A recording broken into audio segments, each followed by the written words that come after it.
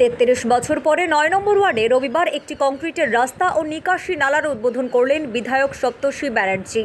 উপস্থিত ছিলেন স্থানীয় কাউন্সিলর সোমা দাস, বসিরহাট পৌরসভার প্রাক্তন ভাইস চেয়ারম্যান পিন্টু দাস, বসিরহাট পৌরসভার ভাইস চেয়ারম্যান সুবীর সরকার। প্রশাসন সূত্রের খবর, 1000 ফুট লম্বা এবং 15 ফিট চওড়া কংক্রিট রাস্তা এবং নিকাশি নালা করতে প্রায় 19 লক্ষ টাকা খরচ হয়েছে। বসিরহাটের 9 নম্বর ওয়ার্ডের কাউন্সিলর সোমা বলেন, রাস্তা ও নিকাশি নালা মানুষের দীর্ঘদিনের চাহিদা ছিল। নিকাশি নালা হওয়ায় জল জমে ভুগতে হবে না।